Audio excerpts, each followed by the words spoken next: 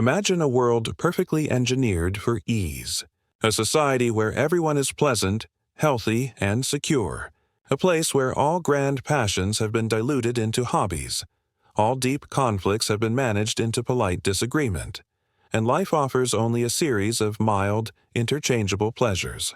This sounds like the ultimate human achievement, the end of all striving. But for the philosopher Friedrich Nietzsche, it was the ultimate, chilling nightmare. He called the inhabitant of this world the last man. The last man is the one who has killed his capacity for great love, great suffering, and great creative risk. He represents the final, decadent stage of humanity, an individual who has chosen the predictable comfort of the herd over the terrifying freedom of self-mastery. His life is long, shallow, and safe, built upon the ruins of all higher ideals. He is the master of the low-stakes life, proclaiming, "We have invented happiness," while meaning nothing more than, "We have invented comfort." The profound danger of the last man is his deceptive appeal. He is not visibly malicious. He is merely mediocre. He prioritizes social approval, stability, and low-friction existence above all else. Every time we choose the easier path, every time we cool a demanding passion for the sake of stability, every time we shrink from a challenge that could redefine our identity, we are taking a devastating step toward becoming this figure. To live a life worthy of your potential, you must confront this temptation. You must hold up the mirror and identify the signs that the spirit of the last man is settling within your own soul. In this video, guided by Nietzsche's fiercest warnings from Thus Spoke Zarathustra, we will examine 6 undeniable signs that you have settled for the life of comfort, the life of the last man. This is not a judgment, but a necessary challenge to awaken the sleeping Übermensch, the one who dares to create their own value, their own danger, and their own magnificent destiny. Let's begin this vital, uncomfortable examination. Sign 1. You treat intellectual curiosity as a pastime, not a vocation.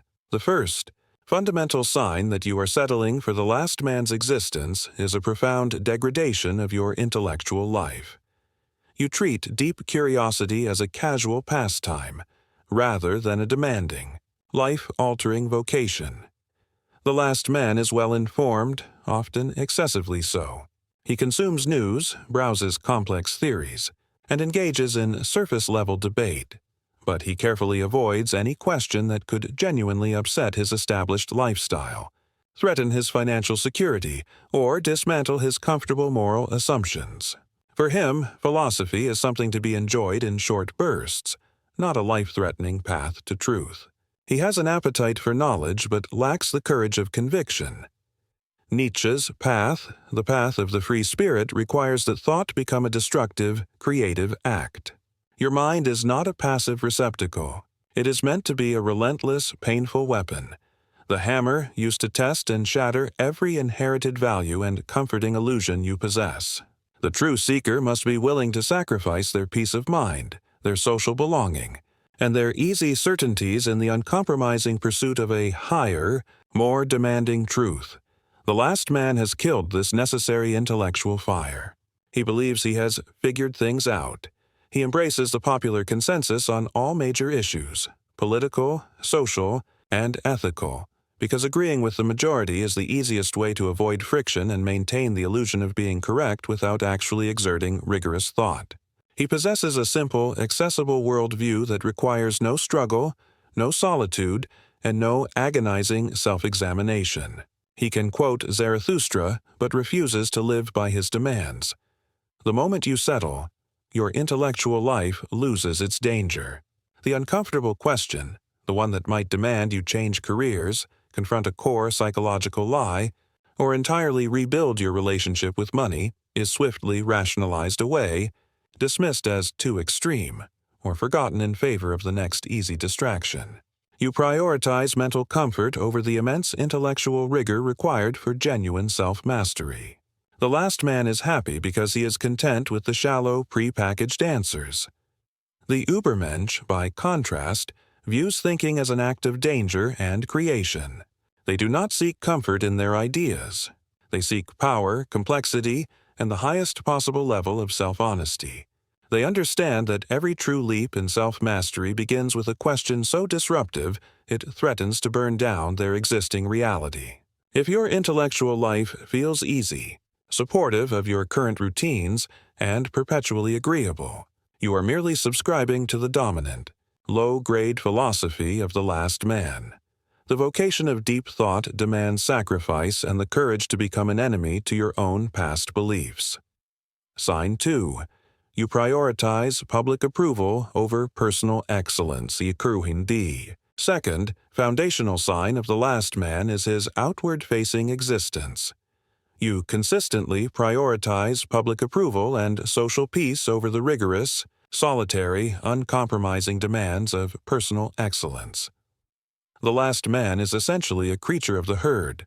His identity, his security, and his self-esteem are defined entirely by the eyes of others. He measures his success not by the intrinsic quality of his work or the severity of the standards he imposes upon himself, but by the warmth of the applause, the viral accumulation of validation, and the comfort of fitting neatly into his established social niche. His greatest fear is to be seen as different, controversial, or, worst of all, a challenge to the average. Nietzsche identified this dependence on others as the foundation of slave morality and resentment. The last man is not driven by the will to power, the magnificent internal drive to become more, but by the external will to acceptance. This poisonous dependence transforms all genuine striving into a mere performance for an audience. He chooses the easily digestible, easily understood achievement over the difficult, foundational, and often invisible work. He prioritizes signaling virtue over actually practicing it. He seeks the validation of the title or the label rather than the profound mastery of the skill. This settling causes you to perpetually edit and dilute your true self. The parts of you that are too fierce, too passionate, too demanding, or too creatively dangerous are ruthlessly repressed because they might disrupt your social standing or alienate you from the group. You expend vast reserves of spiritual energy conforming your rough edges to the shape of the average, thereby killing your unique potential and your capacity for style. The result is a life dedicated entirely to image management, where every choice, from the clothes you wear to your expressed political stances, is filtered through the anxiety-laden, soul-crushing question, "What will they think of me?" This outward focus completely drains your internal sovereignty. You become reactive, waiting for external permission to be considered valuable, rather than a creative force generating your own value. The ultimate antidote is the development of the free spirit, the one who dares to be self-legislating. The free spirit sets their own uncompromising table of values, their own criteria for success, and their own standards of excellence, making the opinion of the crowd secondary, often irrelevant and sometimes contemptible. Fearlessness is achieved when your internal court of judgment holds more weight than the opinion of the entire external world combined. If you spend more time worrying about how your life looks than how your work feels to your deepest instincts, you are living the diluted life of the last man. Sign 3. Your highest goal is simply balance and the avoidance of risk-averse. Third defining sign that you've fallen into the trap is the low ceiling you place on your ambitions. Your highest life goal is simply balance, and you view genuine creative risk as a fatal error rather than a necessary catalyst for growth. The last man is utterly terrified of tension. He wants a life perfectly balanced between work and rest, stability and variety, comfort and mild, manageable challenge. He views the friction of deep, uncompromising passion, the anxiety of high ambition, and the chaos of creative risk as spiritual diseases to be cured, rather than the raw energy necessary for human greatness. Nietzsche taught that life itself is the will to power, an endless, restless striving to overcome. This striving is inherently unbalanced. It requires periods of furious, uncompromising exertion, periods of deep solitude and withdrawal, and periods where one singular passion completely consumes the rest. True, transformative growth occurs at the extremes, where the self is pushed past its known, comfortable limits and forced into a higher mode of being. When you seek balance as an end in itself, you are effectively seeking stasis. You are prioritizing the maintenance of your current state over the terrifying, difficult work of perpetual becoming. You choose the comfortable, predictable loop of mediocrity over the possibility of a catastrophic failure that could lead to genuine transcendence. The pursuit of balance is nothing less than the attempt to domesticate your own potential and clip the wings of your destiny. This pervasive avoidance of risk also starves your will to power. The only way to discover the true limits of your strength, skill, and resolve is to actively push against something that might actually break you. The last man avoids this test. He saves his energy, keeps his resources safe, and reserves his passion, guaranteeing that he will never lose much, but also ensuring he will never win anything of true, profound, self-created value. He shrinks from all that is dangerous, difficult, and grand in life. The genuine courage of the Übermensch is built on the active, conscious embrace of risk. The strong individual accepts that growth is a process of creative destruction and that the most meaningful rewards come from the ventures that could most catastrophically fail. They understand that a life worth living is one that is often turbulent, messy, and fundamentally unbalanced. If your life is currently characterized by low anxiety, predictable routines, and a constant, managed comfort, you have traded the chance for magnificent greatness for the guarantee of safety. You have chosen to stop climbing, and you are resting comfortably on a plateau built for the last man. Sign 4. You have lost the capacity for profound suffering, approx. 550 words. The fourth, and perhaps most tragic, sign of the last man is a chilling spiritual regression. You have lost the capacity for profound, meaning-generating suffering. The last man's culture is obsessed with immediate pain relief and perpetual emotional management. Any psychological or spiritual discomfort, grief, deep frustration, intense anxiety, existential dread, is immediately pathologized and treated as a defect to be eliminated or medicated away. The last man avoids anything that might cause deep, lasting pain, thereby developing a psychological immune system against true meaning. Nietzsche, however, saw suffering as the ultimate forge of character and the essential prerequisite for all higher creation. He understood that the intensity and depth of a life are directly proportional to the capacity to endure and affirm its inherent difficulties. The greatest moments of insight, the most profound acts of creation, and the deepest shifts in self-knowledge all occur in the crucible of necessary pain. Without the challenge of suffering, you have no scale by which to measure joy, and no resistance against which to define your strength. When you settle for comfort, you exchange the chance for deep, clarifying suffering for the guarantee of shallow, persistent frustration and boredom. The last man suffers constantly from petty annoyances, mild resentment, and a low-grade, persistent dissatisfaction. But he never risks the kind of intense, clarifying pain that forces a total transvaluation of values, the pain that could break and remake him entirely.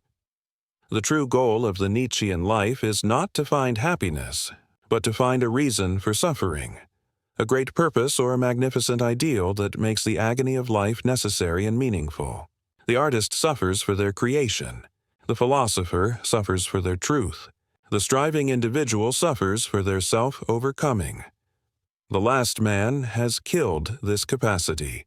He has become psychologically brittle, unable to withstand the natural forces of destruction, chaos, and loss that define existence.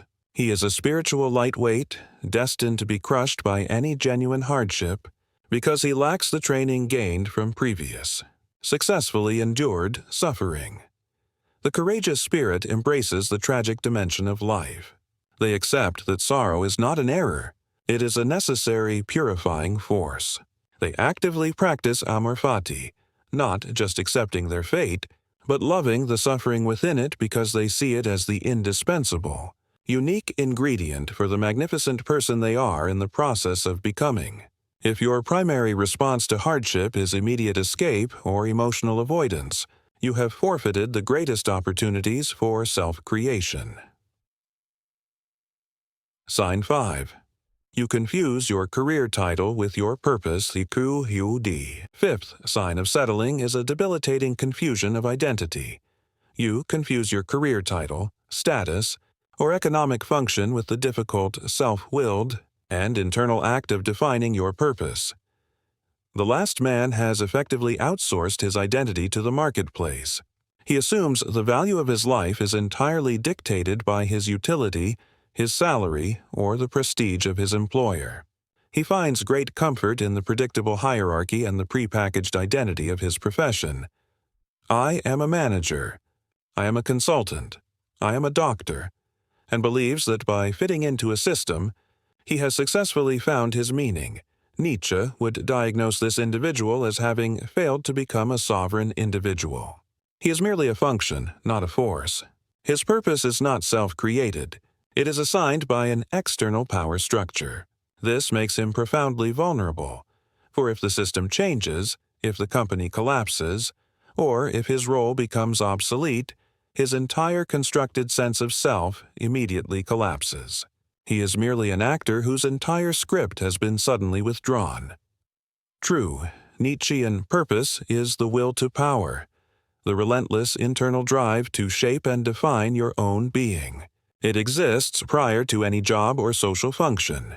Your purpose is the unique, unshakable style you impose upon your character, the uncompromising standards you uphold, and the specific, difficult way you choose to encounter and overcome the chaos of existence.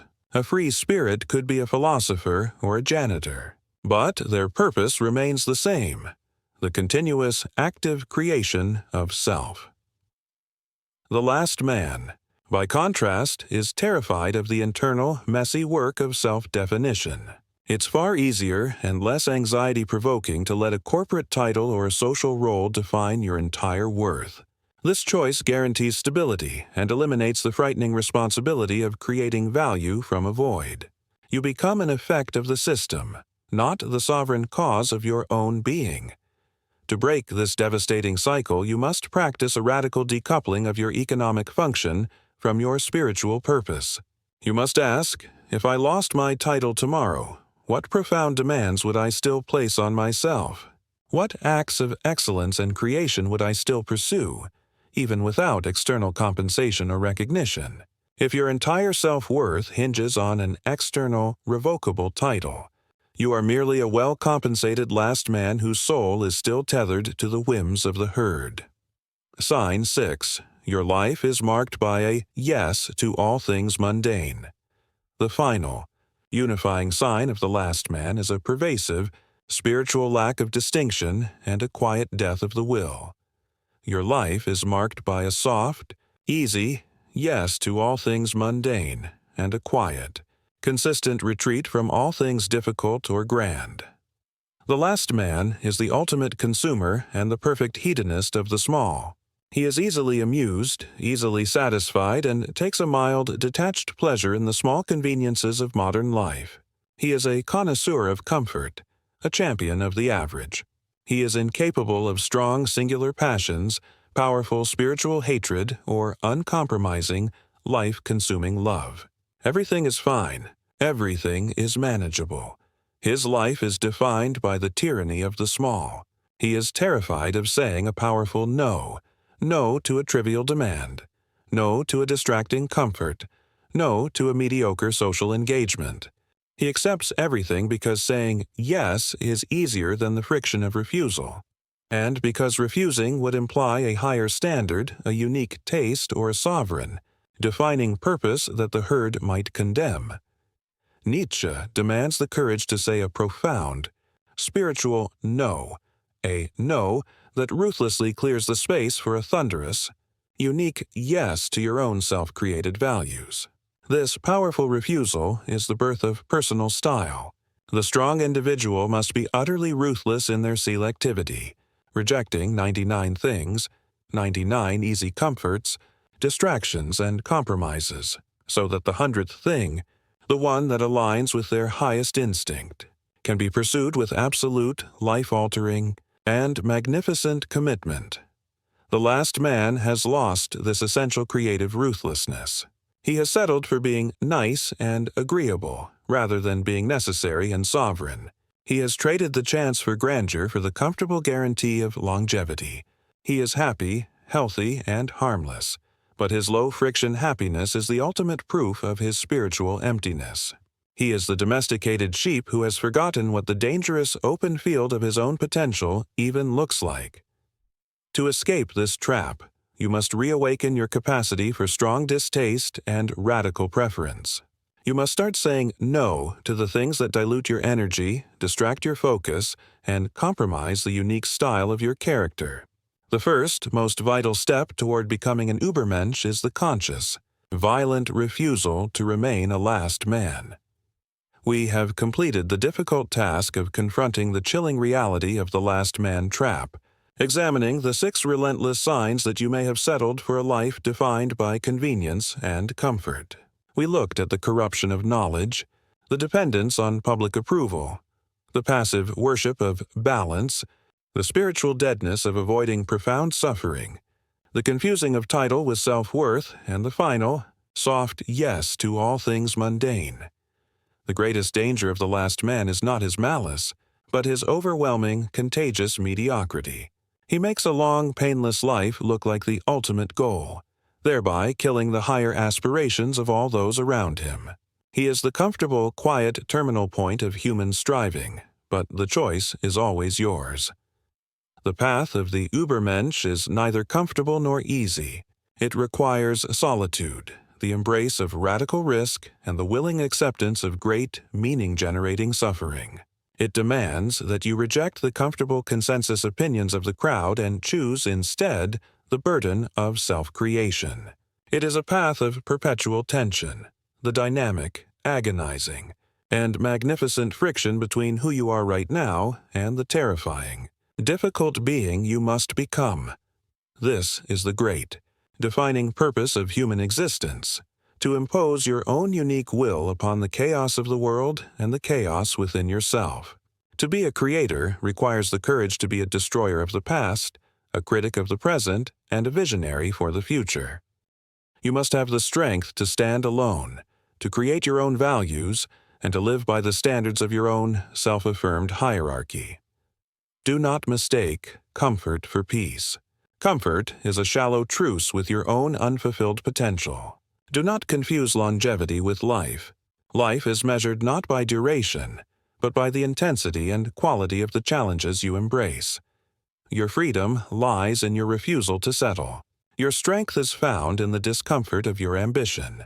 The moment you choose the difficult, challenging truth over the easy, flattering lie, you turn your back on the last man forever.